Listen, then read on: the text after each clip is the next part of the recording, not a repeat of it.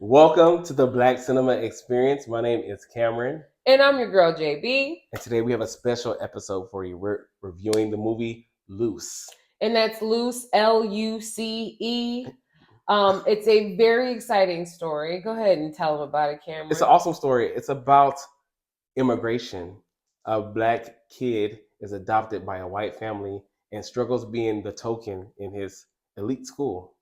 So that is a really great summary, because the summary I got as someone who hadn't seen the movie was it's a story about a privileged Black boy with enabling parents. So I do already enjoy the differences. Shout out to Tiana for that special commentary that you added to the conversation.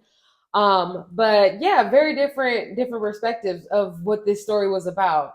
So go ahead. Well, I was trying to give more of a generalized idea without spoiling the movie. Okay. But I mean, I definitely understand the privileged Black boy by being considered a, quote unquote good Black.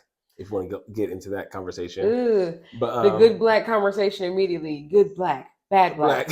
What are that? I mean, we know that in reality there's no good black or bad Black person. You're just a person, and you happen to have a certain amount of melanin in your skin. But we do in this country, we do have to sometimes bring up these issues and how it affects us. And so him being privileged, as in that's something that's not too common, but him having a mother who's a doctor, a father who's also very successful. He's in a school, most likely a private school that's very elitist, and he is the head of the school. He's projected to be the valedictorian. He's a track star. He's very, very intelligent. He's like one of the leaders of his debate club, and so I feel like he gets that privilege as being the token everybody looks up to, and he is the Black face of the school. He's something that everybody can stand behind. Be progressive. We have this amazing, awesome, talented immigrant of a student to post up as the poster boy. So. Yeah, and to emulate. Tell me who is the actor, the main guy? Kelvin Harrison Jr. Kelvin Harrison Jr. That kid, he is taking on these dramatic roles, killing them, murdering them, murking them. So like this role was more complex than the average story. I would say there was a lot of emotional depth needed for this character. Who was also in a movie named called Waves. Yes, and K. Brown. Very, very dramatic. Lots of emotion in that as well. I mean, he's really making a name for himself. So Kelvin Harrison Jr. Well, he's been in a lot of things. Like he's been in horror genre. It Comes at Night. Very, very talented.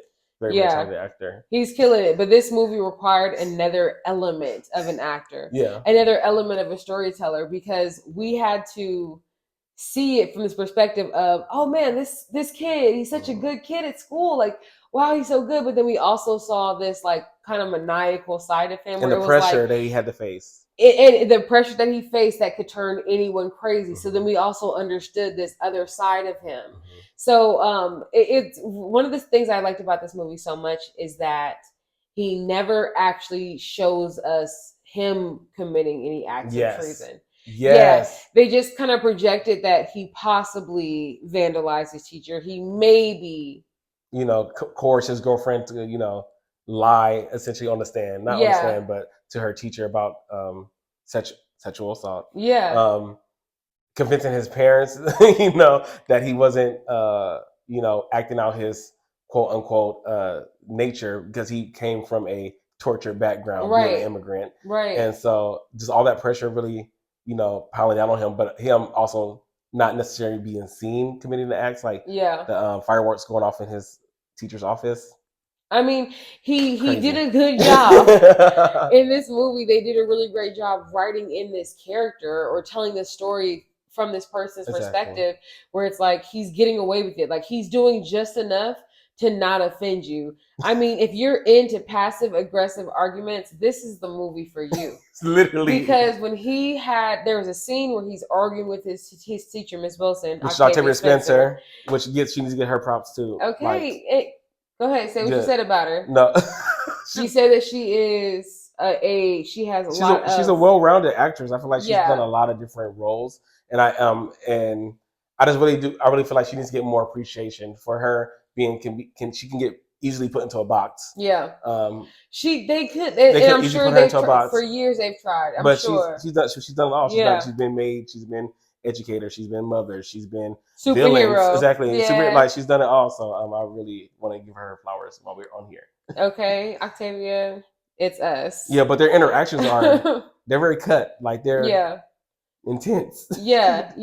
Their interactions are, but they're very passive aggressive. Yes. It is the most polite argument you can ever see because every conversation ended with, "Okay, Miss Wilson." Yes. You know, have a good day. Yeah. Or I want to apologize that if you felt some type of way. Yeah, it was like, but he was just doing just enough crazy, you know? And like the reason why this genre to me is so interesting, this genre of movie, because I'm starting to see more Black maniac type characters. Yeah. Or psychological thriller. Yeah, kinda. A psychological thriller. That's it right there. I'm starting to see a lot more of that nowadays. And I think it's really interesting because it's like it's a new look at the Black man. It's like also acknowledging, because I don't even want to like go into this like thing, but I'm already driving there, so I'm sorry. You're in the car. It's okay. But it's like, you know, there's with Black men, they are victims of the societal pressure and everything that's happening around us. Like we know what's happening to Black people in America. We're very aware, right? But at the same time, there are still people that are victims to Black men, i.e. Black women. Which plays out in this movie. Which plays out completely in this movie. And I wasn't even thinking about that at first, but now I'm like really starting to let it set in. I'm like, yeah. I was shocked you didn't bring it up because that's one of the first things I saw, and I was like, I thought you were going to bring it up, but you didn't. I was like, oh, that's interesting. Because Black people, we're victims. Well, some people would say that, you know, we have victim situations with the rest of the world. But Black women are always going to be under the Black man, which is like another whole other psychological part. But exactly. And when the movie plays out, right, exactly. She was the one who had to lose her job. You know, she's the one that all the pressure wasn't believed. She wasn't believed. Even though she had a faithful record, 15 years being on track. Even though she had been there night and day and night, loving on these kids, no complaints. Yeah. You know what I mean? She did one thing. This situation plays out with this kid, and she's out of there. It backfires. Oh my God, what a weird dynamic! Thank you for bringing that up. No, but it's. I'm glad you brought that up because it does show the power dynamics between, even though this is an adolescent Black man and a established career Black woman. You know, sometimes that masculine role still trumps. You know, even you being an adult and them still being technically a minor. And then, I mean, if you feel like that's reading too far into it, I mean, I guess you could say that, but I feel like it wasn't a reach. No. Because also the film is created in part by a Black man. So I definitely see, who is also an immigrant, so I definitely see how those lines, parallel. Yeah. Thank you. That's your word. But no, facts. But, you know, in this movie, there's so many different ways that things cross over. So one of the ways is with the white parents, right? The enabling white parents, as some would call. Enablers. But what makes them special is that you identify with them. Like if you had a kid, like you're gonna go through you're gonna go to the end of the world to protect that kid, to make sure that no harm comes to them. You know, and this white woman was very aware of her raising a Black child. Said, "Oh no, we can't let nothing happen to our kid." No, so she went the extra mile to lie for him, to cover up what he was doing, even though like this could lead to a very violent situation. This is one of those things where I'm like, you know when you hear about like the mass shootings, and you're like, how does the mother not know? Where's the mother? Everyone, because again, we like to blame women in America. The mother. Everyone starts to say, why did the mother know? Why did the mother know? But it's like, if you did see your kid was causing trouble, at what length would you go to try to protect them, right? And how do you address it? Because he knew how to lie and manipulate her.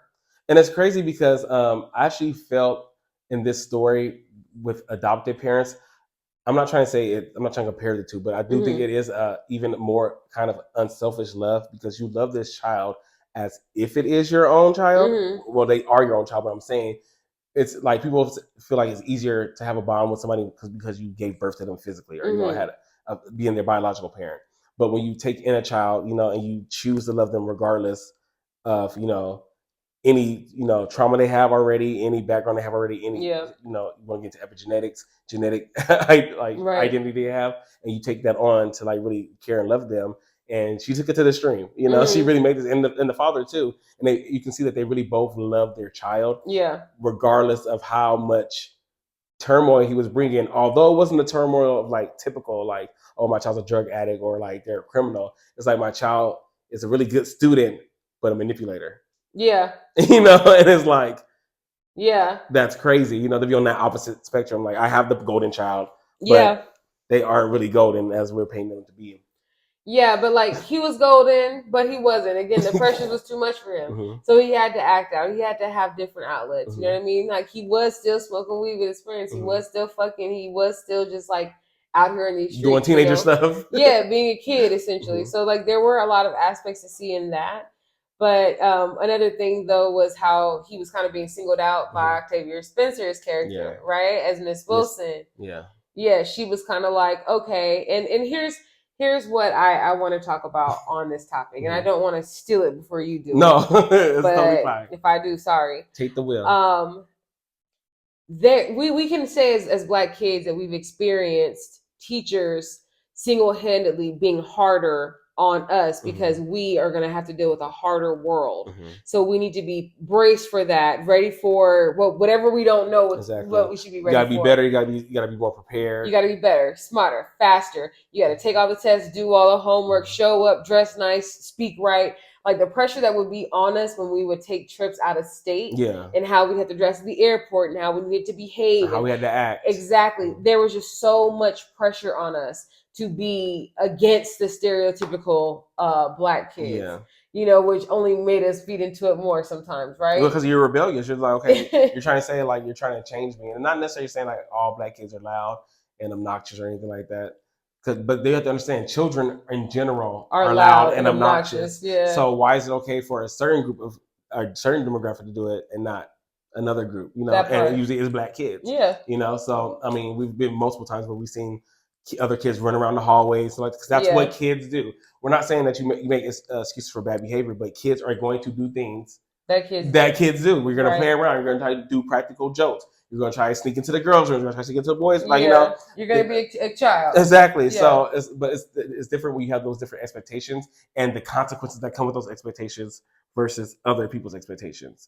So, like, you see, like, you know, people getting suspended, or in this case, in the movie, her suspending one student for smoking weed.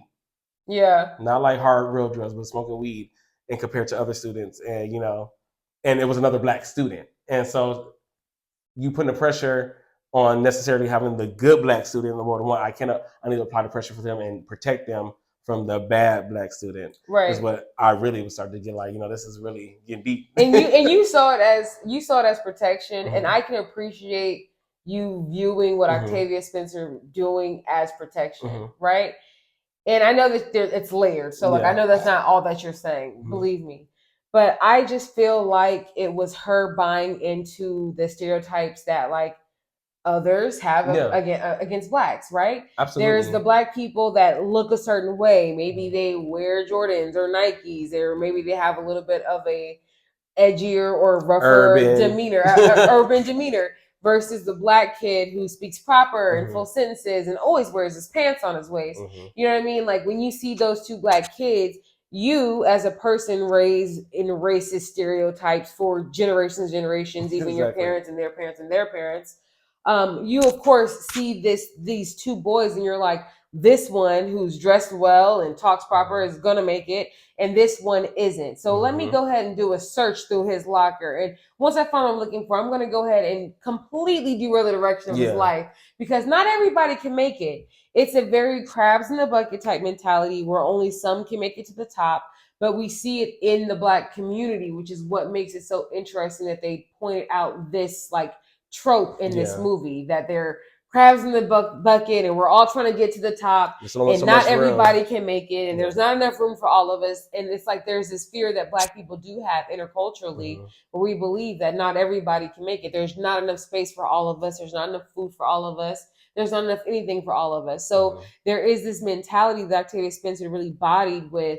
having like a certain type of tokenism or favoritism towards Luce, at least in the beginning, because she felt like he was a good black to model after. He was the one. He was the chosen one. Yeah. And obviously only one can make it per class. Exactly. So that was the one. So Deshaun had to go. Deshaun and Corey didn't have a chance either. No, none of them had a chance. But it's funny that you say that, because I feel like I do say protection, but I do feel like it was in, like you said, kind of almost like a trauma response. You know, it's like, okay, I can't protect everybody, but the ones I can protect, I'm going to make sure I do my darndest to get them to where they need to be, and to heck with everybody else. And being somebody who has worked in the education field, I definitely can admit to, you know, having those feelings when you see your black students and you're like, okay, then I need to do my best to protect them, make sure that they're going to be okay, you know. That's why you call it protection. Well, not necessarily protection, but I do see how, like, you know, you have those biases, because it's proven, you know, scientifically through studies that, you know, people tend to project, especially on black boys. They already have preconceived notions of how they're going to act. So they already, black teachers, white teachers, every demographic are already targeting black boys, especially for a certain behavior that they expect from them. So they are, so like if everybody's doing the same thing, you'll hear the black boy's name being called, like, Devontae, sit down. Devontae, why are you running around? But all the kids are running around, you know? It's like, so it's already the criminalization of black boys already as early as elementary school. It's true. And I don't want to get too political, but I'm saying, like, I feel like it did a nice job of addressing that, because you will hear multiple times Luce saying, why do I have to be perfect? So he felt like he already had that pressure of, like, you know, being perfect and having to be the example, because he's gotten told by his family, you know, they expect the best for him because they brought him from a war-torn territory. And then also his teacher pointed him out, like, everybody needs to be like Luce. And the principal, you know, he's the thoroughbred, which I didn't, I said thoroughbred, a horse, really, sir? But but I'm saying, so they did a good job of, like, making sure these cues were being set, like, these are already expectations. Yeah. So he has to just live with it. And if he doesn't, he's a failure. He's a Deshaun. Yeah. Yeah. I hated that. No, literally. I hated that for him. But, like, also though, he was a maniac. So, No. like let's just, like, face it, you know, like, they put all that pressure on him. But, like, did he have to become a maniac? You know, like, was there another option? Because I don't know. I just feel like the things that he was doing to his teacher was crazy. Now, granted, she should have stayed in her lane and not tried to, you know, exactly. Yeah, she was doing too much. She was absolutely doing too much. You're a teacher, ma'am. You're not his auntie. You don't got to look out. You don't need to do that. So I thought that, but he was just a maniac. There was this thing that he kept doing with the boom. Yeah. You know, like, when he knew that the fireworks were given to his mother, instead of anybody saying, yeah, I gave the fireworks to your mama, I found in your locker. Yeah. Instead of just having that conversation head on, it was like, oh, I love the 4th of July. Boom. What? That nigga was crazy. I would have been shaking in my boots. Of course, she called his daddy, your son threatened me. Yes. He said, boom, fireworks. What did you say? I just told her that my favorite holiday was the 4th of July with fireworks. Illegal fireworks that they said in the movie can cause an injury as just like a shotgun. Which is like, these not just some regular sprinklers or sparklers, you know. They're very dangerous. But they took us through, they did everything so well because the mom gets the fireworks, the mom hides the fireworks. We all see, because of how everything is happening, we all see this is where she puts them. So when she goes back to find the fireworks after the teacher's desk blew up, when she goes back and sees that they not there, oh wow! The moment of her realizing, oh no, my son is the one that will blow up the school. Oh no, my son is a terrorist. There's like a moment. And he's black, and he's a male. Yeah, and he's the good black. Right. Oh my God, Cameron, stop. You're exactly. No, literally, 100%. She was like, not only is my kid a psychopath, but he's also black in America. Oh my God. This can only end in death for him. Literally. I must protect my boy. That's immediately why she just went right into the line. I don't, you know, when you hear about like the mass shootings and stuff, you're like, I don't understand how a mother couldn't know. And it's like, oh, they always know. Yeah. Well, and they might not know what's going on specifically, but I feel like parents do know what's up with their children. And again, this is not to be insensitive to people who experience school shootings or anything, because I was actually in a school shooting, quote unquote. Another story for another time. And we also had school drills multiple times at our school. Yeah. We had to lay on the floor and live It's scary. just crazy because some white woman somewhere protecting her son. Because she didn't want to tell nobody that he done wrote it all up in his notebooks. No, like really. Sorry. Really. And so again, but no, it's true. And then, you know, her feeling like, you know, it's not just his image, but it's hers ultimately, because she chose this life. She chose to not pursue a regular family, but to try to rescue somebody, you know, a savior complex. Okay, there you go. I know you really wanted this one. Well, I feel like it's people have savior complexes, and especially sometimes they say sometimes, not all the time, but with, you know, white parents with, you know, multiracial children, you know, or different race children or immigrant children. So I feel like it's good. It can be good or bad. You know, it does help a lot of people who could never would have a home. Yeah. But in this particular case, she actually fought for this. This is what she wanted. So when it's not working out the way she had hoped and dreamed, it's very disheartening. You know what? It makes you wonder why you wanted this black kid from this place. Yes. Like what made you say yes to this? Why not little Ashley in the daycare? Well, the dad brought it up. He was like, I just wanted a regular family. Yeah, like he was cool. It didn't matter how it looked. And like, even though he loved his son, he was like, "This is, you know, we're not gonna lie and say." He said, "We're not gonna like act like we didn't give up something." And I thought that was the key. I was like, because we're not gonna sit here and act like this wasn't a lot of trauma that we didn't have to go through. Yeah, that we chose to put ourselves through.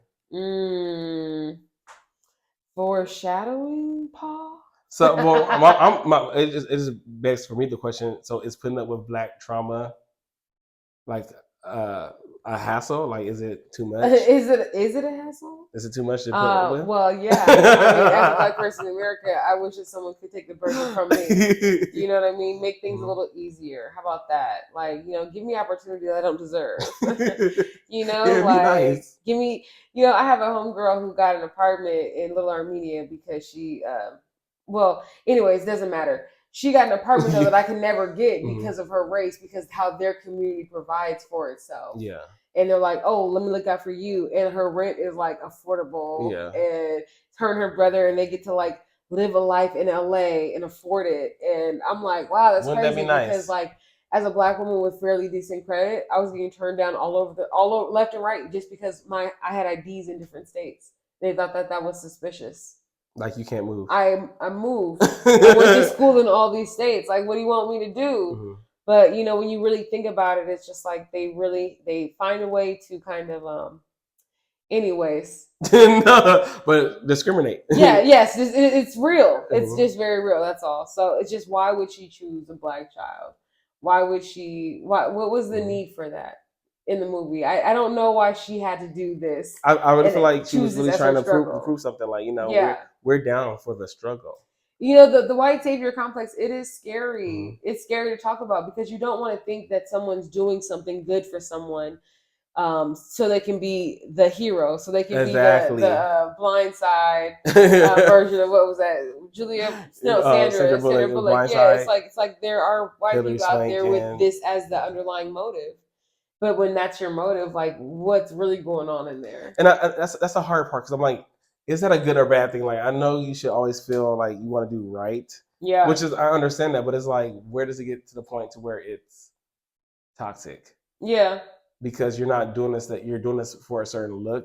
And are you really helping these students, or are you just uplifting them so that you look good? And then when things get haywire, you're like, I'm out of here, you know? There's something weird about that. Wanting to have the best thoroughbred, good black that you could possibly produce. There was something very weird about that. Yeah, but I'm glad they brought it up, because it happens a lot. Yeah, 100%. like too much. And they're so proud of themselves too. Well, he made it to the professional league all because of us. We saw something in him when he was young. We did that. White people, let me tell you something. Your resources are what gets these things to fly. Okay, you have resources we don't have, and the only reason why that exists is because of slavery. I'm about to say racism, right? But that it coincides. So yeah, like, of course you guys can help get people off to success, but you also had household wealth or generational wealth that you inherited. You also had more income just growing up to be able to do things when you had kids that black people can't necessarily do, like take your kids to classes. You know what I mean? Like for their talents that you're finding. Like that's not something that culturally I think we all inherit. But anyways, no, but I think I'm glad you bring this up because when we're talking about education, this movie is focused heavily on the education. I feel like that brings up the big deals, like as far as the resources. Now, again, they bring this up too in the movie about Luce saying, you know, I'm so lucky to be in America, which I do agree with to a certain extent. Like, there's so like we are blessed to be and fortunate to be in a place where you do have a free public education system. Yeah, but that takes work too, and it should also be like something that is more invested into because we do have free public education and there is money out there, but we know the money is not going to the actual students. It's going to a lot of administrators. Yeah, it's going to like a lot of unnecessary programs that people don't use. You know, so it's definitely we can definitely have more resources to help and to help bridge that gap. His statement though, the whole "I'm proud to be an American" thing.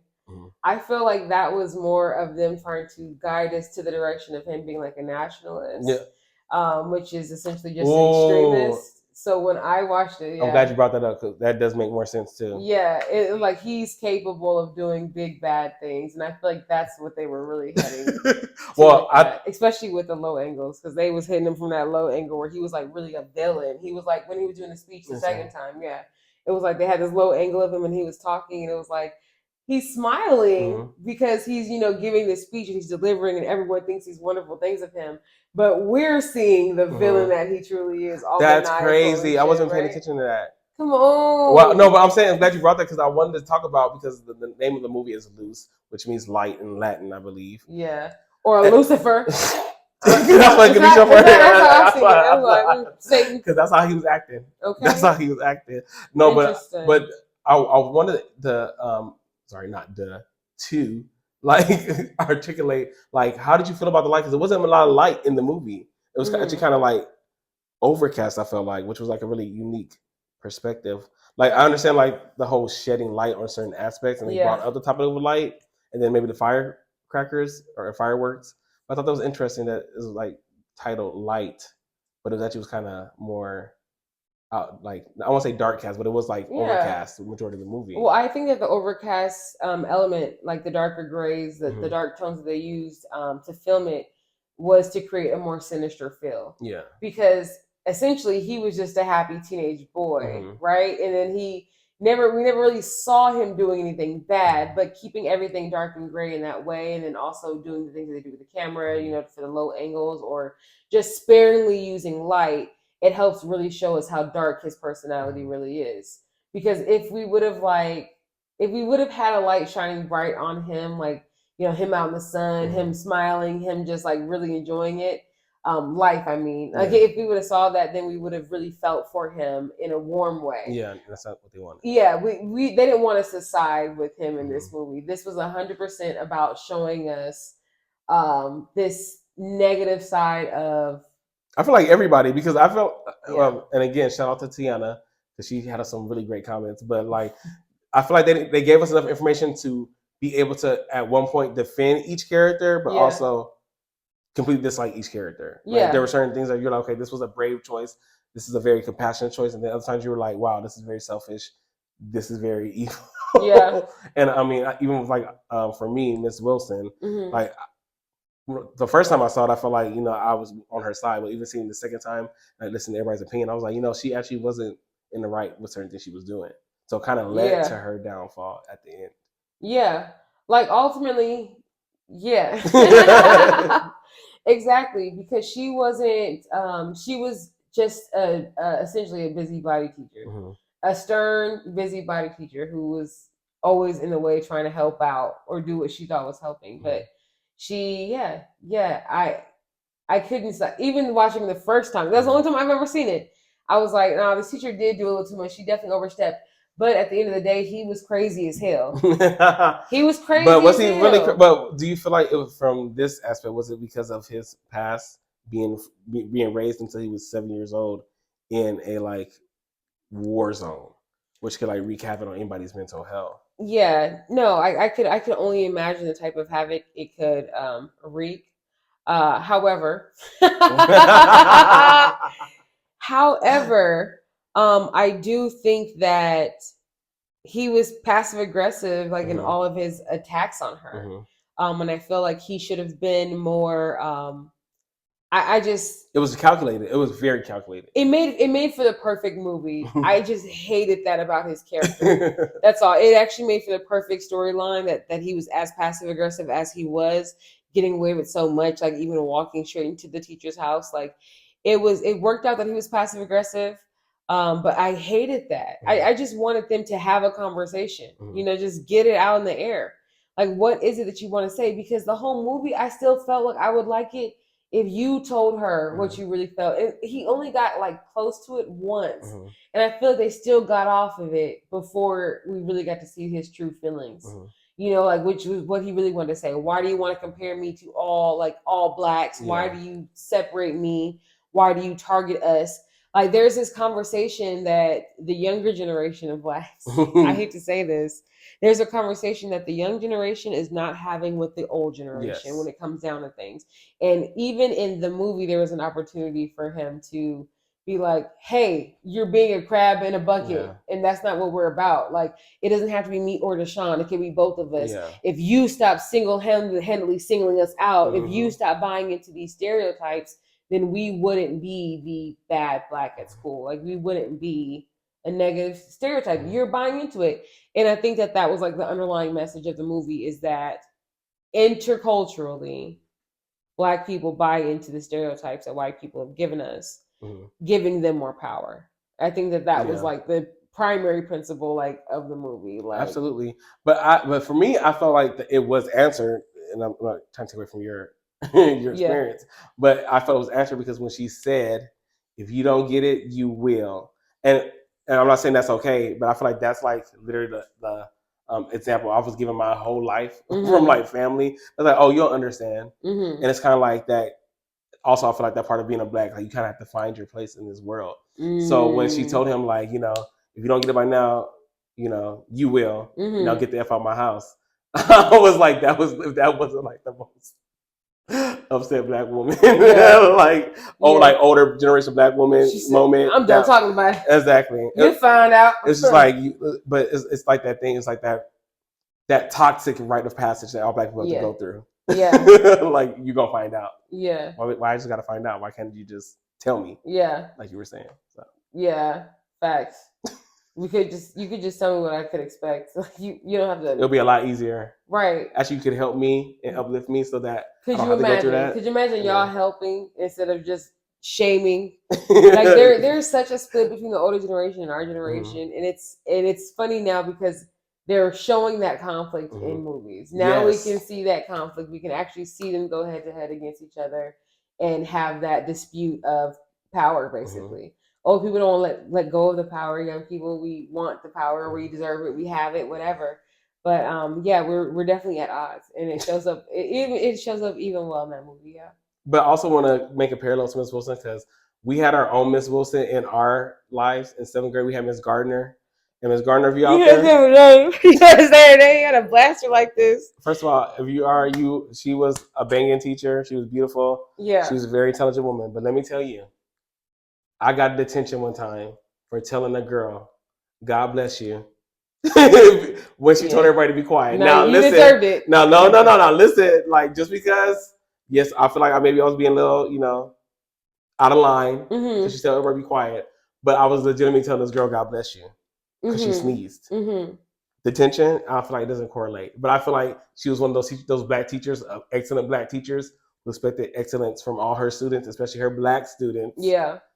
And so she was not having it with anybody. There is this invisible pressure that black people put on other black people. Like, I remember when I got to Atlanta, I thought, oh, I have a black boss. I'm going to have like a really great working experience.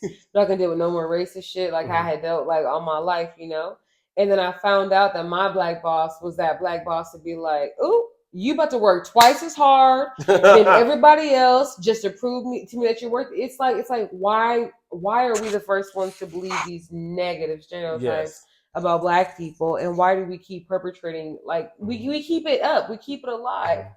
So to see that in the movie, to see him actually experiencing the villain, his villain, Octavia Spencer, who's obviously not a villain, she was trying to act out of love. That's where things get misconstrued. She was trying to act out of love, but like to see this villain just be an older woman showing love to someone, trying to help them be on a good path. It's like, but you're the villain of the story, ma'am, because you don't know how to just mind your fucking business. No, just mind your business. Like Octavia Spencer, like, you know, putting the girl on blast about what happened at the party or however she was doing it. Everybody knows that those teachers that love their students but cross the boundary sometimes between keeping them safe and making a point. You know, there's and imposing your own will. Yeah, because like you know what's really good about her character is the duality of her being a human, making mistakes, but then also having good intentions. Yes. Right. Oh, but also imposing her will on her students, but not in her real life with her sister. Yeah. That's crazy. That's a whole nother aspect. But it is, yeah. Crazy. But I also was saying, like, when we have that duality of black people, like, you gotta be twice as good. It's like, why can't I just be good? Why can't I just be me? And why are we? It's like, why do we expect these pressures? It's like, why are you not expecting the best for white people? Why are you expecting the best? Like, not just the best, but like a toxic, like, perfection of black people. Yeah. Now, I would even set standards. So I would like, you have high standards, you do better. But I feel like high standards don't equate to you being like pressuring and toxic as far as like putting me down, or you could have did this better, or, you know, you can't mess up, because when you mess up, it's over for you. Yeah. Like, stuff like that. I feel like, no, ma'am, we're not doing that. That type of pressure, man. And teachers, what they say really does matter. It matters a lot, because we forget these are kids. Yeah. Like, even when they're 17, 18, your cerebral cortex is still not developed. Yeah. Not until you're like 25. So you are literally still making foolish decisions. Yeah. Because I know I definitely will. They just, in this movie, they just give us so many different examples of him manipulating the people around him and doing such a good job at it that he never actually has to take accountability for his actions. And I think what a complex character to write, right? Absolutely. Somebody who is constantly getting his way, essentially, and finds a way to punish people in his life when they don't do what he wants them to do. Or they cross him. Like when his mom would make him mad and he would call her Amy. He'd like, okay, good night, Amy. And it was like, damn, that's cold. Yes. It's like they turned the volume up on that. He was like, good night, Amy. And it just felt so like, well, you know, that cut her too, because I've sacrificed everything for you. You are my child. Yeah. Now you're calling me by my first name. Like, what? But I was just mom when you needed me. That's crazy. You know, like there's just certain moments in the movie where it's like they do a really good, clear distinction of who's in control, and it's him.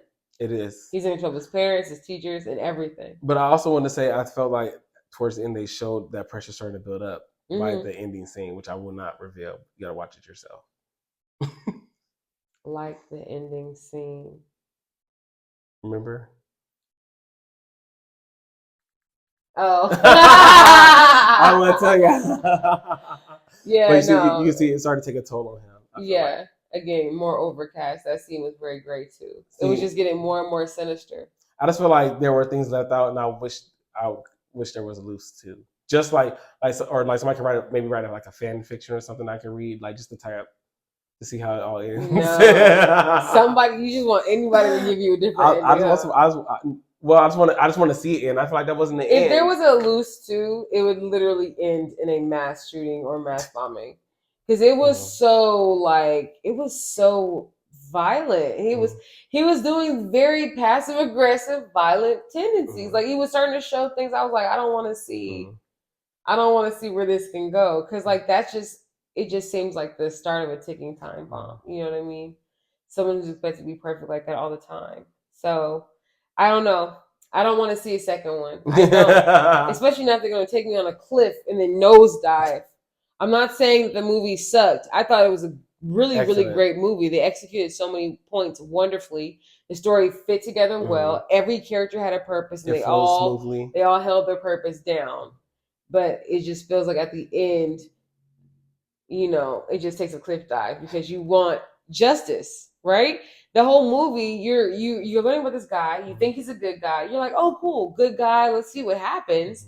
Then you start seeing like the world around him make a case to prove that he's not indeed a good guy. So then you want him to get punished once you find out who he really is, like I want something to happen. There's no consequences for him. So I think that was really interesting to write a story about a villain essentially and not include any consequences. And it's crazy because there are consequences for everybody else. Everybody else has consequences. Deshaun has consequences. His mom has a consequence. When she lied about her son at the school, the daddy was not talking to her. But the dad lied too. Yeah. Yeah, the dad. It's a lie of omission. He didn't say anything, but he agreed with the lie by not saying anything. Yeah, he did. Yeah, he did. But even when he confronted his wife about the problems, he didn't stop her. He didn't stop his son. You know? Yeah, even at the dinner table, he was like, "Tell him, honey," and she was like, "Nothing. Just finish your food," like type shit. Like, bro, you better. Fuck much. I'm joking. Okay, it was giving a little punkish. But no, that's facts. No one else, everyone else had to face consequences except him, and he just got out scot-free. But we're told to believe, or like they make movies show you that like the black man, he always has the worst end of things. Like this black man just got out consequence-free. He was protected. That's that's a commentary I wasn't even thinking about either. Yeah. But again, I was just hurt by Miss Wilson. But hey, maybe it doesn't end up too bad. Her having a crazy sister, I think that was an interesting way for us to learn about her personal life. Really? Yeah. I didn't know. I don't know. I feel like it fit because it was showing the mental stress. It showed the pressure she had to deal with, like the trauma she had to deal with, and still be amazing at her job. That's true. Like keeping up with that stereotypical, she's been doing this for 15 years, wonderful teacher. Yeah. Has produced so many great students. Yeah. It was showing like how she handled the pressure well and handled like she was supposed to, quote unquote. Ooh, and Luce was not. Mm-hmm. He was like, I'm changing the game. You just said something. She handled the pressure like she was supposed to because that is the expectation that the society around us puts on black women. You can handle it. You can do all the work. You can go to work. You can be excellent. You can be a good black. Mm-hmm. That's crazy. Yeah, exactly. It's a lot of pressure that they put on her and that she was carrying. But also, it's great to see the younger generation, in a sense, kind of push back on that pressure. Yeah. Like the younger generation seems that they're already ready to say, "Hey, that thing y'all was doing back then, we're not doing that." They're not doing it. They're not interested. They don't want it, and kudos for them. Yeah. And I feel like even though he was taking the crazy approach to address it, I felt like it was still nice to have a little bit of representation in that space where it's like, hey, you can't just tell me that things have to be done your way and there's no other way to do them. I think it's a good PSA to say, like, if you need help, go get the help. Like, yeah, pressure. I feel like pressure is a real thing. So, like, talk to somebody, and get the help you need because you don't have to live with it. Yeah, and you ain't gotta do no manipulative, like violent stuff. Yeah, to help alleviate it. There are positive ways to deal with it. God. That movie was an emotional journey. Well, my hope is that you all will really go out. Well, not go out and see it, but you can still see it on HBO. Yeah. It was on HBO or Hulu? It was on HBO. Okay. My HBO Hulu linked. Okay, I see. But yours is linked too. No, you just have all of them. Yeah, it's not linked. She got all the apps. So stop. Oh my God. Bling bling. She got money. No, but check it out. Check out Luce. Amazing acting. Really good cinematography. I say go see it. Yeah. Definitely go see it, but also just remember what I said about the cliff dive, okay? I don't want anyone to say that I told you to go see it because it was so great. It was great. That little boy can act, Kelvin Harrison. That little boy can act. Octavia Spencer, come on. Little boy, he's like 28. I said what I said. I stand by what I said. I could tell he's petite. So, anyways, long story short. Check out the movie. Tell us what you think. If you agree with us, you thought something that we said was crazy or controversial, like, comment, or share. Like, we want to know if you guys actually agree. Like, are we how most people see this stuff, or are we completely different? Are you learning something from this experience? So let us know in the comments below. Okay. Thanks again for watching, y'all. Bye.